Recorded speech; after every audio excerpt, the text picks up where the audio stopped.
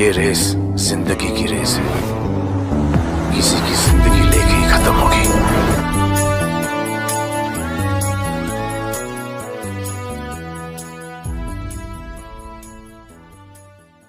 कई ऐसे चोर होते हैं जो या तो अनपढ़ होते हैं या सिर्फ खुद के शौक पूरे करने के लिए चोरी करते हैं, लेकिन हम ये कैसे भूल जाते हैं कि हम भी इस यूनिवर्स का हिस्सा है जहाँ सच है तो झूठ भी है, जहाँ चोर है तो वहाँ सिपाही भी है।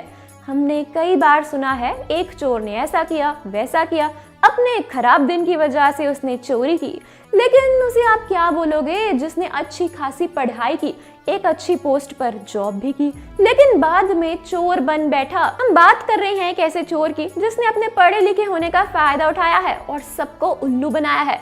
उस चोर का नाम धनी राम मित्तल है और लोगों का ये कहना है कि अपनी 25 साल की उम्र से ही चोरी कर रहा है और इसे अपना पेशा भी बना लिया है। 1954 में इसे पहली बार पुलिस ने चोरी करते हुए पकड़ा था। फिलहाल इसकी एज 81 इयर्स की हो चुकी है, लेकिन अभी भी ये पुलिस के चंगुल से फरार है। मिडिल क्लास में जन्मा धनी राम का जन्म 1939 में भिवानी में हुआ था। रोहतक के कॉलेज में इंटर करने के बाद उसने रेलवे में नकली डॉक्यूमेंट्स बनाकर नौकरी पा ली थी और हैरानी की बात यह है कि उसने 1968 से 1974 तक स्टेशन मास्टर के रूप में भी काम किया। 1964 में एक बार रोहतक में आरटीओ के ऑफिस में नकली ड्राइविंग लाइसेंस बनाने के आरोप में उसे गिरफ्तार किया गया था और इसी कारण पुलिस को अपनी जांच में पता चला कि वो कोई मामूली चोर नहीं बल्कि बहुत शातिर चोर है। यहाँ तक कि उसने झज्जर के एक कोर्ट में खुद को उसने मैजिस्ट्रेट बताया था। धनी राम मित्तल बचपन से ही पढ़ने में तेज था। उसने राजस्थान से LLB की पढ़ाई की, फिर बटोर मुनीम काम भी किया और साथ ही साथ उसने हैंडराइटिंग स्पेशलिस्ट की डिग्री हासिल की। इसी के साथ उसने ग्राफोलॉजी की भी डिग्री हासिल की थी। धनी राम ने रोहतक और दिल्ली में वकील की जॉब के लिए लोकल कोर्ट में भी प्रैक्टिस की थी। यहाँ तक कि उस वक्त उसने खुद को वकील और पुलिस वाला बताकर लोगों की काफी ज्यादा मदद की। धनी राम की कई ट्रांसपोर्ट अथॉरिटीज में भी जान पहचान थी और गाड़ी चोरी करने के बाद उसे कैसे और कहां बेचना था वो इस काम में माहिर था। उसने अपने एक बयान में बताया था कि उसने ये सारी डिग्रीज अपनी चोरी की वारदात को अंजाम देने के लिए की है। धनी राम ने अभी तक कम से कम 1000 से अधिक गाड़ियों को चुराया है और बेच भी चुका है। यहाँ तक कि बाकी के चोर कोशिश करते रहते हैं दिन रात चोरी करेंगे या खाली जगह पर चोरी करेंगे, लेकिन धनी राम दिन के उजाले में सबके सामने चोरी किया करता था और लोगों को इसके कानों कान खबर भी नहीं मिलती थी। वो बस अपने पढ़े लिखे होने का फायदा उठाता था और आसानी से लोगों को अपनी बातों में फंसा लेता था और फिर उनकी गाड़ी चुरा लेता था। कई साल पहले इसे चोरी के इल्जाम में गिरफ्तार भी किया गया था, तो जब इसे कोर्ट में लाया गया तब उसे जज देखकर भड़क गए और ऐसा इसलिए था क्योंकि वो हर बार कुछ ना कुछ चोरी किया करता था और इल्जाम से कोर्ट में जाता था और बचकर वापस आ जाता था, जिससे जज धनी राम मित्तल से परेशान हो गए थे और उसी परेशानी की वजह से उस दिन जज ने धनी राम को कोर्ट रूम से बाहर जाने को कहा। इतना सुनते ही वो पहले तो कोर्ट रूम से बाहर निकला और पुलिस वालों की तरफ जाने लगा। उतने में पुलिस वालों ने उसे पूछा कि कहाँ जा रहे हो, तो धनी राम ने पुलिस वालों से कहा कि जज ने उसे जाने को कहा है इसलिए वो आ गया है, और इतना कहते ही वो वहां रुक जाता है। जब पुलिस वाले जज से पूछने के लिए अंदर जाते हैं वैसे ही मौका पाते धनी राम वहां से भाग निकलता है।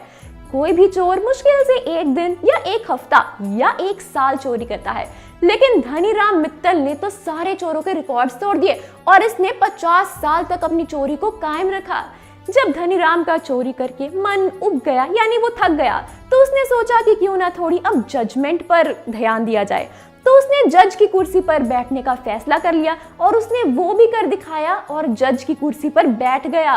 वो भी 1 या 2 दिन नहीं, पूरे 2 महीने से भी ज्यादा समय तक जज की कुर्सी पर बैठा रहा और अपना फैसला सुनाता रहा। सिंपल तरीके से बोलूं तो जिस चोर को कटघरे में खड़ा होना चाहिए था वो जज की कुर्सी पर बैठकर फैसला सुना रहा था। इसकी यही वजह है कि लोग इसे चार्ल्स शोभराज भी कहते हैं और कई लोग इसे हिंदुस्तान का सबसे शातिर ठग कहते हैं। कहा जाता है इन 2 महीनों में उसने 2000 से ज्यादा अपराधियों को जमानत पर रिहा कर दिया था, लेकिन कईयों को उसने अपने फैसले से जेल भी भिजवा दिया था। लेकिन बाद में जब इस मामले का खुलासा हुआ तो वो पहले ही वहां से भाग चुका था और इसके बाद वो जिन अपराधियों को उसने जमानत पर रिहा कर दिया था उन्हें फिर से पकड़कर जेल में डाल दिया गया था। ये वाकई सोचने वाली बात है कि जहां लोग इतने बड़े बड़े डिग्री लेने के बाद अपने फ्यूचर को लेकर फोकस्ड हो जाते हैं, वहीं धनीराम मित्तल जैसे लोग सिर्फ पैसों की लालच में अपने पढ़े लिखे होने का यही सब कामों में इस्तेमाल करते हैं।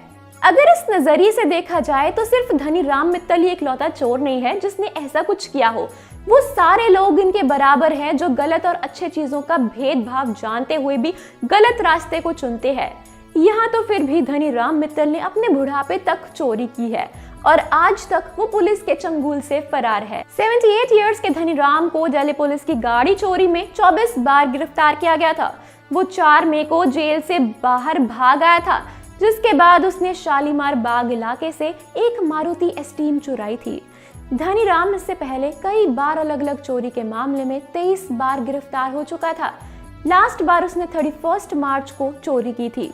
ये इस बार भी पुलिस के चंगुल से निकल जाता अगर पुलिस वालों को सीसीटीवी फुटेज में ये नजर नहीं आता, जिसके बाद उसे पकड़ लिया गया था।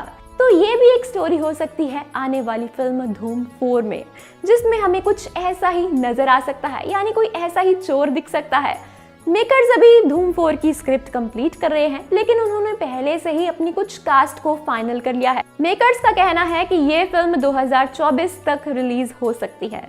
तो दोस्तों, क्या कहना है आपका इस वीडियो के बारे में, हमें कमेंट्स में जरूर बताएं।